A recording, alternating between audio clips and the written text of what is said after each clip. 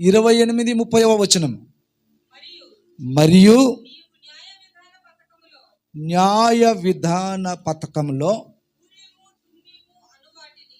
ఆ ప్రధాన యాజకుని యొక్క రొమ్మున ఉన్నటువంటి 12 గోత్రకర్తల పేర్లు వెనకాతలు ఉన్నటువంటి ఆ వస్తువులు పేర్లు ఇక్కడ రాయబడింది. ఒకదాని పేరేమో ఉరీము, రెండవ దాని పేరేమో తుమ్మీము. ఉరీము, తుమ్మీము. జాగ్రత్తగా వినండి, రాసుకునండి. మొదటి దాని పేరేమో ఉరీము, ఆ న్యాయ పతాకంలో ఉరీము, తుమ్మీము అనువాటిని ఉంచవలెను. ఎక్కడ ఉంచవలెను? ప్రధాన యాజకుని యొక్క రొమ్ము వెనకాతల ఉన్నటువంటి ఆ 2 వస్తువులను ఉంచాలి. దేవునికి మహిమ కలుగును గాక. హల్లెలూయా. ఉరీము, తుమ్మీము. ఇప్పుడు అందరూ చెప్పండి, ఆ వస్తువుల పేరేమిటి? ఉరీము, తుమ్మీము. కాబట్టి నా ప్రియ దేవుని ప్రజలారా, దేవుడు ఈ ఉరీము, తుమ్మీము ద్వారా ఏమి మాట్లాడడానికి తన సమాజానికి, నేటి క్రైస్తవ సంఘానికి ఉన్నటువంటి సంబంధాన్ని, లేక వాటిలో నుంచి కొన్ని ఆత్మీయ అనుభవాలు మనం నేర్చుకోవడానికి దేవుడు రాయించాడో మనము ఒక్కొక్కటి ధ్యానం చేద్దాం. ఒక 4 లేక ఒక 5 విషయాలు ఈ ఉరీము, తుమ్మీము కోసము మనము ధ్యానం చేసుకుందాం. హల్లెలూయా, హల్లెలూయా. ఇది విలువైనటువంటి రత్నాలు అని కొంతమంది బైబిల్ పండితుల యొక్క అభిప్రాయం. ఇది ఈ ఉరీము, తుమ్మీము అనబడినటువంటి ఈ 2 వస్తువులు విలువైన రత్నాలై ఉండవచ్చు, లేక విలువైనటువంటి రాళ్ళై ఉండొచ్చు. దేవునికి మహిమ కలుగునుగాక. హల్లెలూయా. దేవునికి స్తోత్రము కలుగునుగాక. కాబట్టి ఇది దేవుడు ఈ 2 వస్తువులను, అమ్మా వినండి, ఇది విలువైనటువంటి రత్నాలైనా ఉండొచ్చు, లేక విలువైన రాళ్ళైనా ఉండొచ్చు. కానీ ఇది ఆ వస్తువు ఏంటో ఎవరు కూడా చూడలేదు, మనం చూడలేదు. అప్పుడున్నటువంటి యాజకునికే తెలుసు. అది దేవునికి మహిమ కలుగునుగా. హల్లెలూయా. కాబట్టి ఇది ఎక్కడ ఉందంటే అహరోను యొక్క రొమ్మున ఉన్నటువంటి వస్తువులు. ఈ 2 వస్తువులు న్యాయ విధాన పథకంలో ఆ ఊరీము, తుమ్మీము అనబడినటువంటి వస్తువులు నేను ఇంతకుముందు చూపించాను మీకు స్క్రీన్ మీద వేసి. ఆ 2 వస్తువులు ఏమై ఉంటుందంటే, ఒకటి విలువైన రత్నాలైనవి ఉండొచ్చు, లేకపోతే విలువైన రాళ్ళైనవి ఉండొచ్చు. అది ఎక్కడ ఉందని రాయబడిందంటే ప్రధాన యాజకుడైనటువంటి అహరోను యొక్క రొమ్మున ఉంది. పిల్లరా, రొమ్ము అనే మాటకి 3 విధానాలైనటువంటి మాటలు మనకు నేర్పిస్తుంది. ఒకటి, ప్రధాన యాజకుని యొక్క రొమ్ము. మన ప్రధాన యాజకుడైనటువంటి యేసుక్రీస్తు యొక్క రొమ్ములో మనకు దొరికినది ఏంటో తెలుసా? ఆదరణ ఆయన దగ్గర ఉంది, మనకి ప్రేమ ఆయన దగ్గర ఉంది, పోషణకు గుర్తు రొమ్ము. దేవునికి మహిమ కలుగునుగాక. కాబట్టి సంఘము కూడా దేవుని యొక్క రొమ్మిదే. ఇది అనేకులను ప్రేమిస్తున్నటువంటి సంఘం. యేసుక్రీస్తు అందరినీ ప్రేమిస్తున్నటువంటి దేవుడు. ఆ సంఘము లేక యేసుక్రీస్తు ప్రభువారు అందరికీ ఆదరణ కలిగించినటువంటి దేవుడు. సంఘములో పోషణ ఉండాలి. ఏముండాలి? పిల్లలకు దేవుని ప్రజలను పోషించినటువంటి పోషణ లేకపోతే ఆ సంఘములో ఉన్నటువంటి వ్యక్తులు ఆత్మీయ జీవితంలో ఎండిపోతారు. చెప్పండి, ఏ సంఘములైతే పోషణ ఉండదో ఆ సంఘములో ఉన్నటువంటి ప్రజలు ఎండిపోతారు. ఈ రోజున రెడీమేడ్ ఆహారాలు దొరుకుతుంది, భక్తులు కూడా రెడీమేడ్ అయిపోయారు. ప్రజలు ఇప్పుడు ఏమి నేర్చుకుంటున్నారు తెలుసా? భక్తిలోని రెడీమేడ్ భక్తి అయిపోయింది, రెడీమేడ్ పోషణ కూడా అయిపోయింది. ఆ రెడీమేడ్ ఫుడ్ ద్వారా రుచిగా ఉంటుంది, ఆ క్షణానికే రుచిగా ఉంటుంది. కానీ మీరు రోజు తినలేరు కదా. మీకు అర్థమవుతుందా? మీకు రోజు హోటల్ ఫుడ్ మీరు తిన్నారనుకో ఏమవుతుంది? రెడీమేడ్ ఫుడ్ తింటే మీ ఆరోగ్యం పాడైపోతుంది. అదే ఆ ఆహారము, ఆ పోషణ తయారు చేసి తల్లి చేతిలో వంట చేసుకొని తింటే అది ఆరోగ్యాన్ని ఇస్తుంది. అలాగే సేవకుడు కూడా తన సంఘము కొరకు ఒక్కొక్క వారం ఒక్కొక్క నూతనమైనటువంటి ఆహారం చేత, పోషణ చేత సంఘానికి వచ్చినటువంటి తన పిల్లలను, దేవుని పిల్లలను ఏం చేయాలి? ఆ ఆహారం చేత వారిని తినిపించి వారికి అర్థమయ్యే రీతిలో వాక్యాన్ని బోధిస్తే వారు ఆత్మీయ జీవితంలో ఏమవుతారు? ఆ పోషణ ద్వారా వారు బలపరచబడతారు. దేవునికి మహిమ కలుగును గాక. హల్లెలూయా. దేవునికి మహిమ కలుగును గాక. కాబట్టి ప్రభువునందు ప్రియమైనటువంటి దేవుని బిడ్డలారా, ఈ రెండిటికి పేర్లకి అర్థాలు కూడా ఉంది. ఈ ఊరీము తుమ్మీముకి రెండు అర్థాలు ఉంది. ఒక వస్తువు పేరేమో, ఈ యొక్క ఊరేము అనే పేరుకి అర్థమేమో ఏమని ఉంటుందంటే, ప్రభువునందు ప్రియమైనటువంటి దేవుణ్ణి బిడ్డలారా, ఈ రెండు రత్నాలు కావచ్చు, లేక విలువైన ఆ రెండుటి మీద రెండు పేర్లు రాయబడింది. మొదటి దాని పేరేమో ఊరీము, రెండో దాని పేరేమో తుమ్మేము. ఈ రెండు వస్తువుల మీద రెండు పదాలు రాయబడింది, రెండు పేర్లు రాయబడింది. దేవునికి మహిమ కలుగును గాక. హల్లెలూయా. దేవునికి మహిమ కలుగును గాక. కాబట్టి ప్రభువునందు ప్రియమైనటువంటి దేవుని పిల్లలరా, ఊరీము అనే మాటకు అర్థము వెలుగు. అంటే దేవుడు లోకమునకు ఏమై ఉన్నాడని వాక్యం రాయబడిందంట, ఆయన వెలుగై ఉన్నాడు. అంటే ఈ యొక్క ఊరీము ద్వారా దేవుడు తన ప్రజలను వెలుగులో నడిపించడానికి ఇష్టపడుతున్నారు. అందుకే వాక్యం రాయబడింది. మనం ఎవరి సంబంధమో తెలుసా? చెప్పండి. వెలుగు సంబంధం. మనం చీకటిలో నుండి ఆశ్చర్యకరమైన తన వెలుగులోనికి మనల్ని పిలిచిన దేవుడు. హల్లెలూయా. అంటే ప్రియ దేవుని బిడ్డలారా, వాక్యం వింటున్న మనము ఊరేము అనే మాటకు అర్థం ఏంటి అమ్మా? వెలుగు లేక తెలుపు. కాబట్టి దేవుడు మనల్ని, అమ్మా బుర్ర పట్టుకుని కూర్చున్నావు, తల్లపడుతుందా? మెంతి ప్లస్ పెట్టండి, పాపకు బాగాలేదా? ప్రార్థన చేద్దాం, విచారపడద్దు. ఇదిగో దేవుడు వెలుగులో నడిపిస్తున్నాడు. నువ్వు వెళ్ళేసరికి నువ్వు కుమార్తె దేవుడు స్వస్థత ఇస్తాడు. హల్లెలూయా, హల్లెలూయా. నన్ను తిట్టుకోవద్దు, ఇటు బుర్ర పట్టుకుని కూర్చుంటూ ఒప్పుకోడు, కాలు ఇలా పెట్టుకుని. నాకు దేవుని మందిరానికి వచ్చేటప్పుడు క్రమం లేకపోతే ఎలాగండి మనం? అవునా కాదా? చెప్పండి, అవునా కాదా? ఎవరున్నారు ఇక్కడ? చెప్పండి, మీరు చెప్పండి. ఎవరున్నారు? ఇద్దరు ముగ్గురు ఎక్కడ ఉంటే మరి దేవుడు ఉండేటప్పుడు మనం ఎంత జాగ్రత్తగా ఉండాలి. Praise God. హల్లెలూయా. దేవునికి స్తోత్రం. జాగ్రత్తగా వినండి. ఒక దాని పేరేమో ఊరేము. ఊరేము అనే మాటకు అర్థము వెలుగు, తెలుపు. మనకి పరిశుద్ధత, తెలుపు పరిశుద్ధ జీవితానికి గుర్తు. సేవకుని రొమ్ములో ఉన్నటువంటి ఈ ఊరేము నుంచి దేవుడు ఏం చేస్తున్నాడంటే, దేవుడు వెలుగులోను మనల్ని నడిపించడానికి ఇష్టపడుతున్నాడు. రెండు, పరిశుద్ధ జీవితం వైపు మనల్ని ప్రోత్సాహపరుస్తూ నడిపిస్తున్నాడు.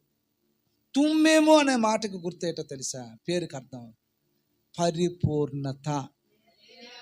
చెప్పండి. పరిశుద్ధతలో మనం ఏమేమి తెలుసా? పరిపూర్ణత. పరిపూర్ణులు పరిపూర్ణతలోకి వెళ్ళాలి. పరిశుద్ధులు పరిపూర్ణతలోనికి వెళ్ళాలి. దేవునికి మహిమ కలుగునుగా. ఊరేము అనే మాటకి చెప్పండి వెలుగు, రెండు తెలుపు. అంటే దేవుడు తన ప్రజలను ఎటువైపు నడిపించాలని ఇష్టపడుతున్నాడు? వెలుగు సంబంధులుగా వెలుగు మార్గంలో నడిపించడానికి. రెండోది తుమ్మీము అనే మాటకు అర్థము పరిపూర్ణత. మన విశ్వాసములో పరిపూర్ణలు కావాలి, మన భక్తి జీవితంలో పరిపూర్ణత కనపరచాలి. పిల్లరా, మన పరిశుద్ధ జీవితంలో మనం ఏమవ్వాలి? పరిపూర్ణలం అవ్వాలి. ఈ యొక్క పాటలంత సేవకుడికి ఏటో తెలుసా? సంఘాన్ని పరిపూర్ణత దశలోనికి నడిపించటము. చెప్పండి అమ్మ, మీరు పరిపూర్ణులుగా అవ్వాలంటే వారానికి ఒకసారి వస్తే సరిపోతుంది వాక్యం వినడానికి. 1 గంట వాక్యం అంటే గంట కదా ఉంటుంది ప్రసంగం. ఆ గంటలో కూడా మనం లెగుస్తాం, ఆ గంటలో కూడా ఫోన్లు చూసుకుంటాం, ఆ గంటలో కూడా పక్కన వాడితో మాట్లాడతాం, ఆ గంటలో ఎక్కడికో ఆలోచన వెళ్ళిపోద్ది. అర్థమవుతుందా? సరిపోద్ది అంటారా? వారానికి ఒక 40 నిమిషాలు నిన్ను పరిపూర్ణతలో పెంచడానికి ఒక ఆదివారం వస్తే సరిపోద్ది అంటారా? ఇలాంటి కూడికలు, ఇలాంటి సహవాసాలు మనకు అవసరమా కాదా? పరిపూర్ణతలోనికి వెళ్ళటానికి, పరిపూర్ణత దశలోనికి వెళ్ళటానికి ఈ ఒక్క వారంలో 1 గంట సరిపోదు దేవునికి, మనకి పిల్లరా పరిపూర్ణతలో వెళ్ళటానికి. మనం ఆరాధిస్తున్నట్టు ఆరాధన ద్వారా ఇంకా మనం పరిపూర్ణత ఇంకా చెందటం లేదు. ఇంకా వెళ్ళాలి, మనం ఇంకా లోతునకు వెళ్ళాలి. దేవునికి మహిమ కలుగునగా. కాబట్టి ప్రియ దేవుని బిడ్డలారా, ఒకటి ఈ యొక్క ఊరీము తుమ్మీము ద్వారా దేవుని చిత్తం ఏదో తెలుసుకోవటానికి దేవుడు దీన్ని నియమించుకున్నాడు. ఏంటి దేవుని చిత్తం ఏటో తెలుసుకోవడానికి చాలామంది రకరకాల ప్రయత్నాలు చేస్తున్నారు.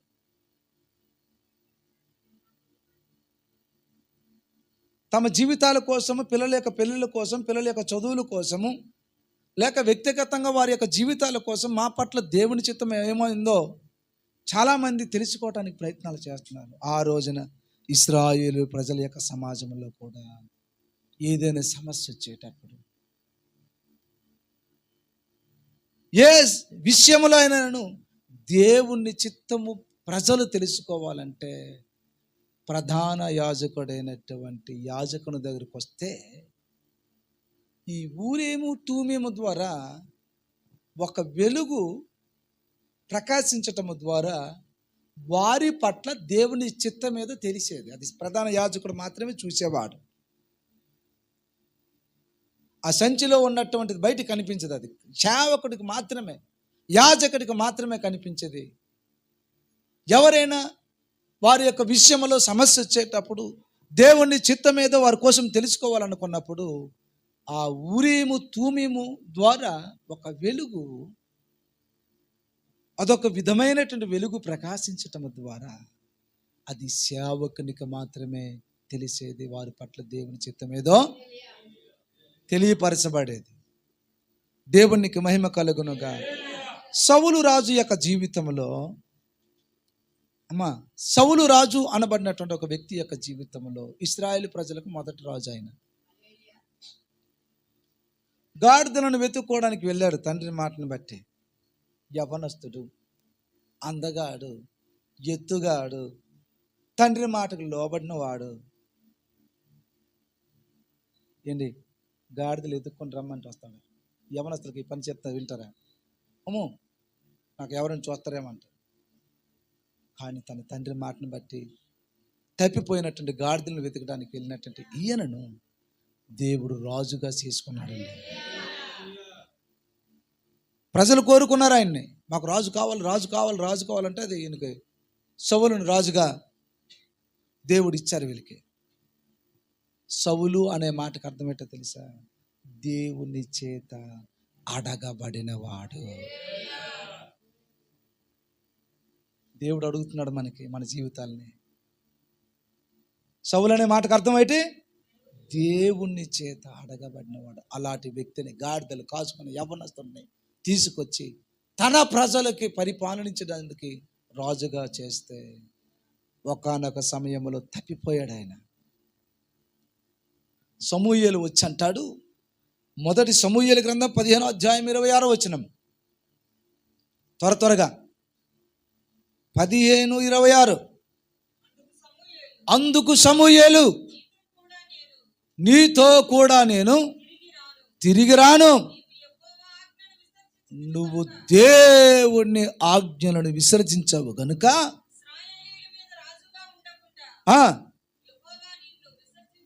దేవుడే తన ప్రజల మీద ఇంక రాజుగా ఉండటానికి నిన్ను విసర్జించాడని. తర్వాత కొంతకాలానికి దేవుడు ఒక రాజుని తీసేశాడంటే ప్రజలు ఎంపిక కోరుకున్నారు, దేవుడు నియమించుకున్నాడు. దేవుని ఆజ్ఞానుసారంగా ప్రజలను పరిపాలించడానికి దేవుడు చెప్పింది చేయకుండా పిల్లరా ఇంకొకటి దేవునికి వ్యతిరేకంగా చేయటం ద్వారా వచ్చినటువంటి నష్టాలు కూడా ఉంటుంది పిల్లరా. దేవుడు హతము చేయమన్నటువంటి దాన్ని చేయక బలిసిన వాటినన్నిటిని కూడా తన రాజ్యంలోకి తెచ్చుకున్నాడు. అప్పుడు ఆజ్ఞలను దేవుని మాటగా విధేయత చూపించాడు.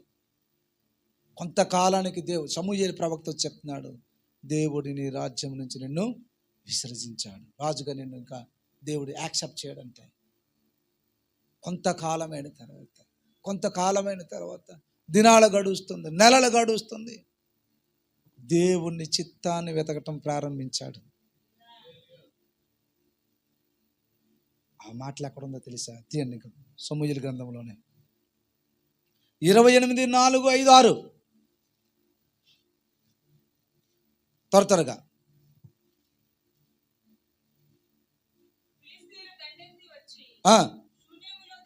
దిగగా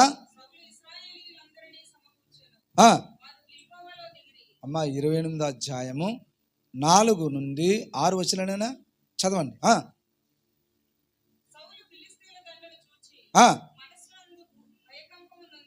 ఏం పడుతున్నాడు? భయపడుతున్నాడు. ఒక రాజు భయపడుతున్నాడు. జాగ్రత్తగా వినండి. దేవుడి చేత విసర్జించబడిన రాజు ఇప్పుడు ఫిలిష్తీయుల యొక్క ధనును చూసి భయపడుతున్నాడు. చదవండి. యెహోవా యొద్ద విచారణ చేయగా యెహోవా ఈయన దేవుని దగ్గర విచారణ చేసేటప్పుడు దేవుడి దగ్గర నుంచి దేవుని చిత్తం ఏటో తెలుసుకోవాలంటే మనం ధ్యానిస్తున్నటువంటి అంశం ఏమిటి? ఊరేము తూమేము. ఇప్పుడు యెహోవా స్వప్నం ద్వారా అయినాను దేవుని చిత్తాన్ని తెలుసుకునే విషయంలో ఎక్కడికి రావాలి? యాజకుని దగ్గరకు వస్తే ఒక వ్యక్తి ఆ ఊరేము తూమీము ద్వారా దేవుని చిత్తం ఏటో తెలుస్తుంది. అది ఇశ్రాయేలు ప్రజలకి, అవునా కాదా? అది మనకా ఇశ్రాయేలు ప్రజలకా? చెప్పాలి. అర్థమవుతుందా? ఎవరికది? ఇశ్రాయేలు ప్రజలకు. కానీ ఇప్పుడు మనకు కూడా ఉంది ఊరేము తూమీము. దాని నుంచి ఒక మంచి పాఠం ఉంది. వాళ్ళతో మాట్లాడుతున్నటువంటి దేవుడే మనల్ని ఆ పాత నిబంధనల గ్రంథంలో ఉన్నటువంటి దృష్టాంతములు మన ఆత్మీయ జీవితానికి ప్రయోజనకరమైనటువంటిది. ఇప్పుడు సౌలు అవిధేయత చూపించాడు, దేవుడు ఆయనకి రాజ్యం నుంచి కొట్టివేశాడు. ఇప్పుడు దేవుని చిత్తాన్ని వెతకటానికి దేని దగ్గరికి వచ్చాడు? ఊరేము తూమీము ద్వారా. కానీ దేవుని చిత్తం తెలియపరచబడలేదు పిల్లలు. నువ్వు ఇష్టానుసారంగా దేవునికి లోకస్తుడిగా బ్రతికి దేవుని ఆజ్ఞలను విసర్జించి నీ అవసరం ఉన్నప్పుడు సేవకుని దగ్గరికి, ఆ ప్రధాన యాజకుని దగ్గరికి వచ్చి నా పట్ల దేవుని యొక్క చిత్తం ఏమిటో ఏంటి, నా పట్ల దేవుడు ఏం చేయాలనుకుంటున్నాడో అది తెలియపరచమంటే దేవుని చిత్తం ఎప్పటికీ అర్థం అవ్వదు. ఇప్పుడు సౌలు చేసింది కూడా అదే. ఏం చేస్తున్నాడు? తన ఇష్టానుసారంగా దారి తప్పిపోయాడు, దేవుని మాటకు లోపడలేదు, అవిధేయత చూపించాడు. చాలా కాలానికి గుర్తొచ్చింది, ఏమైనా దేవుని చిత్తం ఏమో తెలుస్తుందేమోనని. అప్పుడు గుర్తొచ్చింది ఆయనకి. ఏది? కొంతకాలానికి. చాలామందికి మందిరం ఎప్పుడు గుర్తొస్తుందో తెలుసా? చాలామందికి లోకానుసారమైనటువంటి ప్రయత్నాలంతా చేసి ఇక్కడొక్కడ ఇప్పుడు జ్యోతిష్కం చూపిస్తారు చూసారా, చిలక చిలక ప్రశ్న. ఇక్కడ కూడా లేకపోలేదు, అలాంటి వాళ్ళు ఉండే ఉంటారు అమ్మా. చిలుక ప్రశ్న ఏమని తెలుస్తుందేమో. కాబట్టి నా ప్రియ దేవుణ్ణి బిడ్డలారా, సౌలు పట్ల దేవుని యొక్క చిత్తము ఈ ఊరీము తూమీము ద్వారా ప్రత్యక్షత పరచబడలేదు. చదవండి. స్వప్నము ద్వారానైనను, ఊరీము ద్వారానైనను, ప్రవక్తుల ద్వారానైనను ఏమి కూడా సెలవు రాలేదు. దేవుని జవాబు రావటం లేదు దీనికి. పులరా ప్రజలు ఆ దినాల్లో సమస్య వచ్చేటప్పుడు ఈ ఊరేము తూమెము ద్వారానే దేవుని యొక్క చిత్తము తెలిసేది. ఇప్పుడు నీకు దేవుని చిత్తము తెలియాలంటే ఏముందో తెలుసా? పరిశుద్ధ బైబిల్ గ్రంథం నీకుంది. చెప్పలేదు మీరు? అర్థమైతే మీరు చెప్తారు. అర్థమైందా లేదా? అయిందా? అవ్వలేదా? చెప్పండి, ఏదో పర్లేదు, ఏమన్నా. ఇప్పుడు సౌలు దారి తప్పిపోయాడు. దేవుని చిత్తమును ఎదగడానికి ఎక్కడికి వెళ్ళాడు? సేవకుడైనటువంటి యాజకుడైనటువంటి ఊరేం తూము ఎవరి దగ్గర ఉంటుంది? మరి అంత వివరంగా రాస్తే ఇంత పుస్తకం అవుతుంది. అర్థమవుతుందా? ఊరేము ద్వారా కూడా తెలియలేదు, సెలవు ఇవ్వలేదంటే అంటే దేవుని చిత్తము. ఈ రోజున నువ్వు రకరకాలైనటువంటి ప్రయత్నాలంతా కూడా చేసి లోకాశలతో లోకంతో నిండిపోయి ఉంటే నీ మనసు, నీ హృదయంలో దేవుని యొక్క వాక్యం పెడితే రాతి నేల అది, ముళ్ళ తొప్పులో ఎక్కడ పండుతుంది? అన్ని డబ్బు డబ్బు డబ్బు డబ్బు, వ్యాపారం వ్యాపారం, లోకం లోకం, స్నేహం స్నేహం, అబద్ధాలు అబద్ధాలు, బూతులు బూతులు, ఇదంతా కూడా నీ హృదయం అనే ఫలముతో నిండిపోయి ఉంటే ఈ వాక్యాలు వెళ్ళి విత్తితే ఏముంటుందండి అక్కడ? బాబు, వాక్యం విత్తనంతో పోల్చబడింది. మన హృదయాలు దేనితో పోల్చబడింది? పొలం. చెప్పండి. 4 రకాలైన హృదయాలు ఉంటుంది. మంచి నేల ఉంటుంది, వాక్యాన్ని స్వీకరిస్తుంది. స్వీకరించిన హృదయము, లోబడిన హృదయము, గైకన్న హృదయము, పిల్లలు అది ఫలించే, వాళ్ళకి అర్థమవుతుంది వాక్యాలంతా కూడా. వాక్యాలు ఎక్కువ ఎవరికి అర్థమవుతుంది? విశాలమైన హృదయంతో. ఏటి తీయాలి? రాళ్ళు, రెప్పలు, ముళ్ళు, ఏం దానికి ముందు ఏం చేయాలి తెలుసా? దున్నబడాలి. చెప్పండి. నీ హృదయము దున్నబడకపోతే ఎన్ని విత్తనాలు వేసినా పడుతుంది విత్తనాలు. సాతానుడు వస్తున్నాడు అనుకనే ఎత్తుకుని వెళ్ళిపోతున్నాడు. దున్నబడితే నీ హృదయంలో 30 100 ఫలింప చేస్తాడు. 30 60 వాక్యములో నువ్వు ఫలించాలి. దేవునికి స్తోత్రం. హల్లెలూయా. దేవునికి మహిమ కలుగునుగా. హల్లెలూయా. దేవునికి మహిమ కలుగునుగా. హల్లెలూయా. దేవునికి స్తోత్రం. అయితే ప్రభునందు ప్రియమైనటువంటి దేవుని బిడ్డలారా, రెండో విషయంలోకి వస్తున్నారు. దేవుడు యెహోషువ నాయకత్వం కింద ఇశ్రాయేలు ప్రజల్ని కానానుకు తీసుకెళ్తున్నారు. కానానుకు ప్రయాణం చేస్తున్నారు. వీళ్ళు బలమైన యెరికోను జయించినటువంటి అనుభవాలకు వీళ్ళకు ఉంది. బలమైనటువంటి విజయాలు వీరు చూశారు. ఒక చిన్న పట్టణం మీద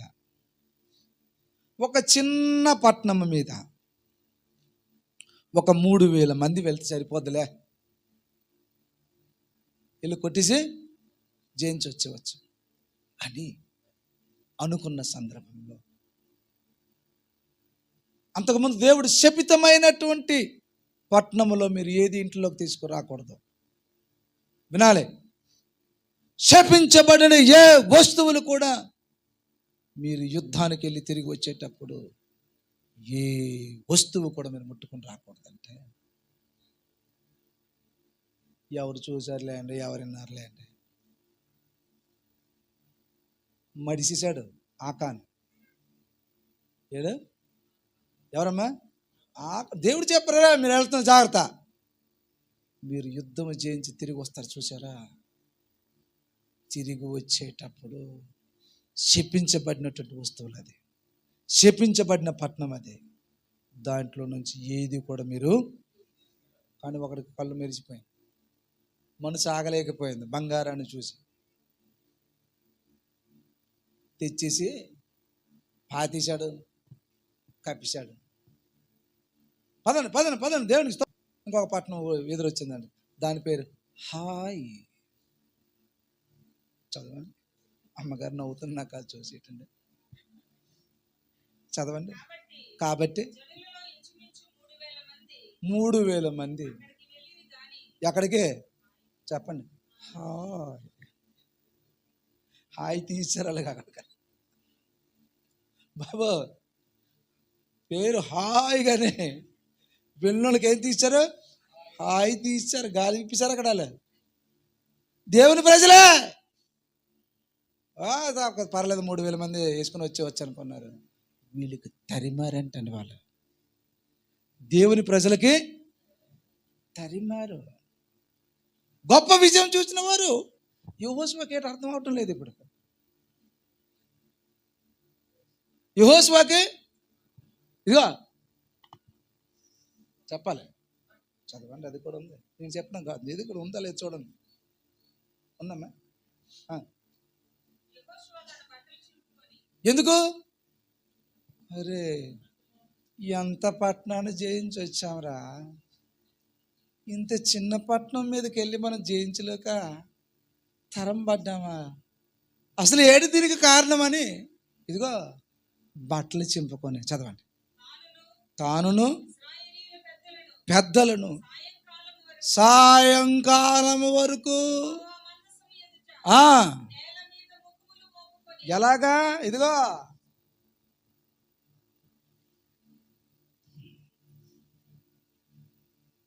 ఎంతవరకు చెప్పాలి, వినిపించడం లేదు, అర్థమవుతుంది. మీరు ఒక నిమిషం పెడితే ఈ ట్యాంకులు అడ్డేస్తుంది బాబు, ఇలా పెడితే లేదు, అలవాటు లేదు కదా మనకి. ఇంట్లో వేస్తే, ఇంట్లో మోకరిస్తాం, మందిరంలో మోకరిస్తాం. పోనీ మందిరంలో మీరు మహాభక్తుడిని మోకాల మీద ఉన్నటువంటి వ్యక్తులు అంటే అందరూ మోకరించారు, నేను మోకరించిపోదు. 5 నిమిషాలు పోయిన తర్వాత ఏంటి అర్థమవుతుందమ్మా, ఎంతవరకు అంట ఉదయం నుంచే. మరి అమ్మ ఉందామా, అమ్మ ఉందామా, చెప్పటం లేదు. అర్థమవుతుందా బాబు? అమ్మా ఎందుకు, ఏమైంది? ఒరే ఎంత పరుగు పోయిందిరా మనది. మహాపట్నం ఎరుకొని చేయించాం, హాయి మీదకి వెళ్ళి చెప్పాలి, ఈ హాయి వచ్చింది వీళ్ళకి, పరుగో పారిపోయారు దెబ్బకి. దేవుని ప్రజలకు అపజయం పొందారు. అమ్మ చదవండి చదవండి చదవండి. ముఖములు నేల మోపుకొని తమ తలల మీద ధూళి పోసుకుంటూ అయ్యో ఏమంటున్నారు, అయ్యో అయ్యో ప్రభువా, యెహోవా మమ్మల్ని నశింపజేయనట్లు మాకెందుకయ్యా అప్పగించుటకు, నువ్వు ఎందుకు దాటించితివి? ప్రభువా కనికరించము, నిలవలేకపోయారని చెప్తే దేవుడు ప్రార్థన చేశాడు. ఆయన యెహోషువ ఏమైంది ప్రభు అంటే, నాయన శపించబడినటువంటి దాని నుంచి నువ్వు ఒకటి తెచ్చారా, మీరు అందుకు ఓడిపోయారు. దేవునికి ఇష్టమైనటువంటిది మనం ఇంట్లోనే పెట్టుకోకూడదండి. అర్థమవుతుంది. దేవుడు వద్దు అన్నాడని దానిది మరలా మనం అదే పని దాంట్లోనే సాగితే మనం అపజయాలు పొందుతాము. అప్పుడు ఎలాగా దేవుని చిత్తం తెలుసుకోవాలంటే మరలా అందరూ అమ్మా గోత్రాలు 12 గోత్రాలు ఉన్నారు చూసారా, లైన్గా బాబు ఒకసారి లేచినప్పుడు మీ ముగ్గురు వేసిన గారు మీరు కూడా పెద్దవాళ్ళని పర్లేదు, దేవుని మందిరాన్ని మీరు అందరూ చిన్నవాళ్ళు. ఇది గోత్రాలు లైన్కి వస్తున్నారు ఇలా ట్రైన్ బండి లాగా. ఎక్కడికే? ఆయనతో పాటు యాజకుడు కూడా ఇప్పుడు దొరకాలంటే ఎక్కడ రావాలి? ఎవరి మీద వేసేస్తారండి నింద? ఎవరి మీద వేసేస్తావు? కూర్చోండి. మీకు అర్థం అవుతుందా? బాబు ఒకడు దొరికిపోయాడు అందుకే మీరు ఓడిపోయారని దేవుడు చెప్పాడు. వద్దన్నట్టు దాన్ని తీసుకొచ్చాడు కడ్డీలు, అందుకని బాబు మీరు ఓడిపోయారంటే నువ్వా వీనా అవుతుందా? శిష్యులు అనుకున్నా ప్రభు ఒకడు అప్పగిస్తారన్నట్టు ఏమన్నారు ఒకరికొకరు? నేనా కాదు వీడు. మీకు అర్థం అవుతుందా? శిష్యులు కనుక ఒకరికి అప్పగించబడుతున్నారు, ఒకరు అప్పగిస్తాడంటే ప్రభా నేనా? నాకు ఎంత విశ్వాసం తెలుసు, సంచి ఒకరికి వచ్చాను నేను, చేపల సంచి. దేవునికి స్తోత్రం. అర్థమవుతుందమ్మా? ఇప్పుడు ఎవరి మీద తోచేస్తావు? కాబట్టి అందరూ కూడా చెప్పాలి, వరుస క్రమంలో రావాలి. చెప్పాలి, వరుస క్రమంలో వచ్చేటప్పుడు ఏటుంది ఇక్కడ? యాజకుని దగ్గర ఏముంది? అప్పుడు చదువుతారమ్మా 16, 17, 18. కాబట్టి యెహోషువ ఉదయమున లేచి వరుసను బట్టి ఎవరి దగ్గరికి? యెహోషువ ఉన్నారు, పెద్దలు ఉన్నారు, యాజకుడు కూడా అక్కడ ఉన్నారు. రప్పించినప్పుడు యూదా గోత్రము పట్టబడెను. ఎలాగా చెప్పాను? ఏది? ఈ ఊరేము తూమెము నుంచి దేవుని యొక్క చిత్తము బయలుపరచబడేది. ఇప్పుడు మన పట్ల దేవుని చిత్తం తెలుసుకోవాలంటే మనకు ఒక ప్రధాన యాజకుడు ఉన్నాడు. ఇప్పుడు హెబ్రీయులకు రాసిన పత్రిక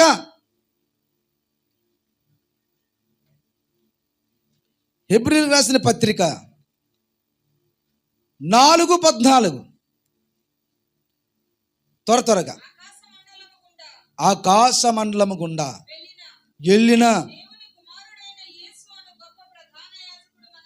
రెండు చేతుల పైకెత్తాను ఇప్పుడు. హల్లెలూయా. ఎవరున్నారంట మనకి? ఎవరున్నారంట?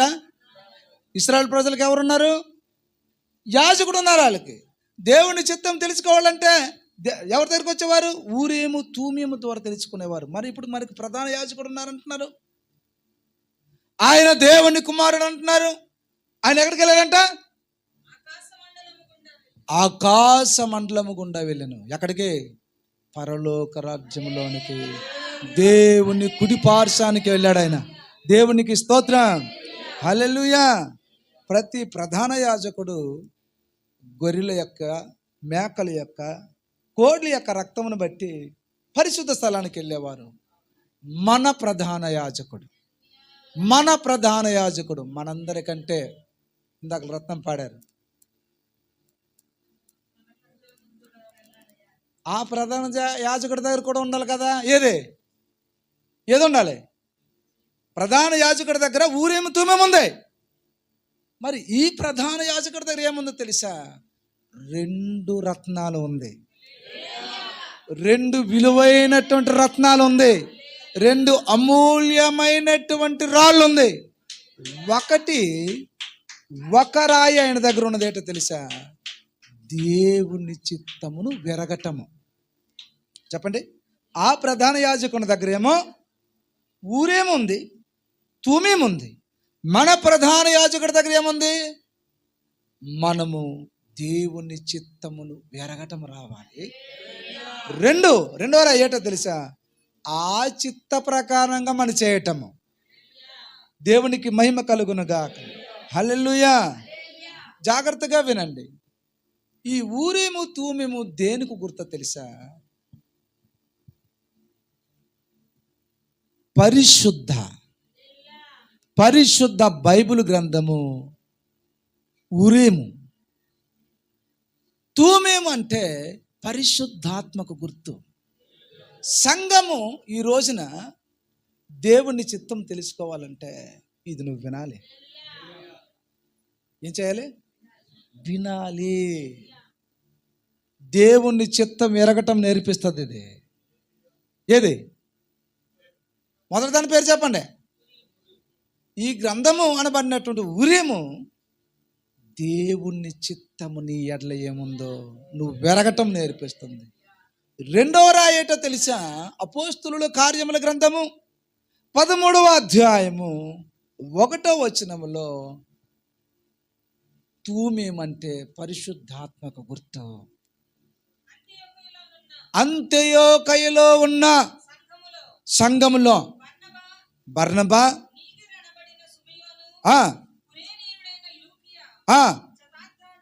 వీళ్ళందరూ ఉపవాసం ఉండి సంఘంలో ఉన్నారు.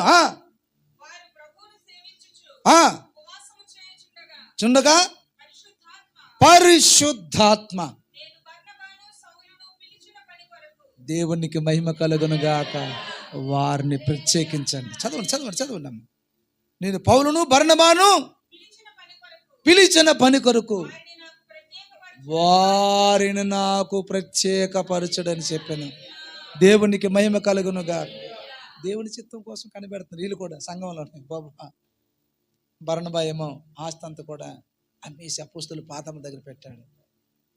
ఒకప్పుడు క్రైస్తవులను హింసించినటువంటి క్రూరమైనటువంటి సౌలు నడి రోడ్డు మీద మిట్టు మధ్యాహ్నము దేవుని యొక్క వెలుగును చూసి కళ్ళు పోగొట్టుకొని మారు మనసు పొంది బాప్తిజం పొంది సేవలోకి వచ్చినటువంటి ఈయన ఏం చేయాలో వారు సంఘములో ఉండేటప్పుడు పరిశుద్ధాత్మ దేవుడు వచ్చి మాట్లాడుతున్నాడు. వీరిని నా పని కొరకు ప్రత్యేకపరచుకున్నాను.